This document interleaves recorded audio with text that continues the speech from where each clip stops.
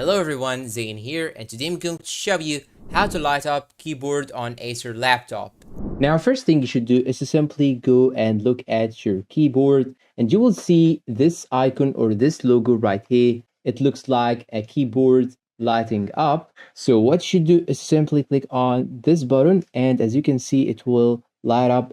And if it didn't work, you can simply click on the FN button right here plus the F5. If you cannot find this logo on the F5 button, you can search for it on other Fs or other function buttons right here, or you can simply go down right here and see if it is shown on the up and down button or not. And if you do not have actually the icons right here, you can simply click on the FN button, then try each button separately. You can press FN button plus F1, F2, F3, and so on, or you can simply click on the button without using the FN button. Click on F1, F2, F3 till you find the button of the backlight.